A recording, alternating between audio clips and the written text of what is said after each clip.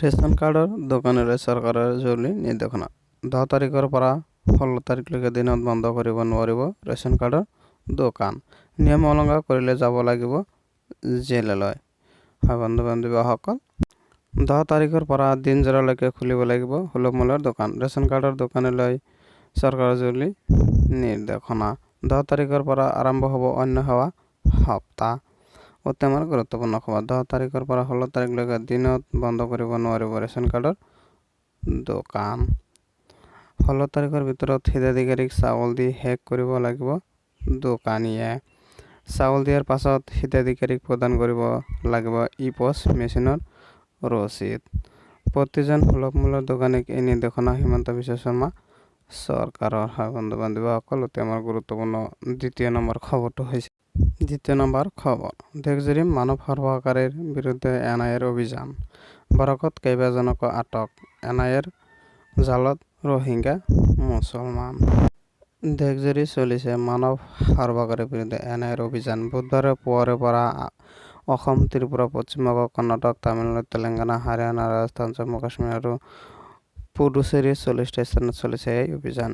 NIA পুৱাৰে পৰা চলা এই অভিযানৰ সময়ত অসমৰ বৰাক উপত্যকাৰ পৰা কেইবাজনক লোকক গ্ৰেপ্তাৰ কৰি গুৱাহাটীলৈ অনা হৈছে। অতি আমাৰ গুৰুত্বপূৰ্ণ খবৰ NIA জম্মু কাশ্মীৰত চলোৱা অভিযানৰ সময়ত জাফৰ নামৰ এটা ৰোহিংগ্যাক আটক কৰে। মানৱ সৰবৰাহকাৰীৰ ঘটনাৰ লগত জড়িত থকা সন্দেহ আন এটা ৰোহিংগ্যাক সন্ধানত অভিযান অব্যাহত ৰাখিছে আৰক্ষীয়ে। মানৱ সৰবৰাহৰ লগত জড়িত থকা অভিযোগত NIA দেশৰ বিভিন্ন স্থানৰ পৰা কেইবাজনক লোকক গ্ৰেপ্তাৰ কৰিছে। হয় বন্ধু বান্ধৱীসকল, আপুনি যদি এতিয়ালৈকে আমাৰ চেনেলটো ছাবস্ক্ৰাইব কৰা নাই, চেনেলটো ছাবস্ক্ৰাইব কৰি ভিডিঅ'টোত এটা লাইক কৰি দিব। অতি আমাৰ গুৰুত্বপূৰ্ণ দ্বিতীয় নম্বৰ খবৰ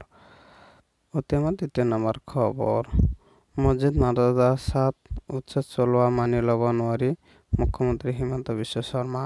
মোৰ বছ নহয়, হুংকাৰ দিলে মৌলানা বদৰুদ্দিন আজমলে। অতি আমাৰ গুৰুত্বপূৰ্ণ খবৰ। হয় বন্ধু বান্ধৱীসকল, মছজিদ মাদ্ৰাছাত উচ্ছেদ চলোৱাটো মানি ল'ব নোৱাৰি। মাদ্ৰাছা ঈদগাহত উচ্ছেদ চলোৱাৰ বাবে চৰকাৰক ভালকৈ ধৰিব লাগিব, হুংকাৰ দিলে মৌলানা বদৰুদ্দিন আজমলে। অতি আমাৰ গুৰুত্বপূৰ্ণ খবৰ মুখ্যমন্ত্ৰী হিমন্ত বিশ্ব শৰ্মা মোৰ বছ নহয়, এইবুলি মন্তব্য কৰিছে মৌলানা বদৰুদ্দিন আজমলে।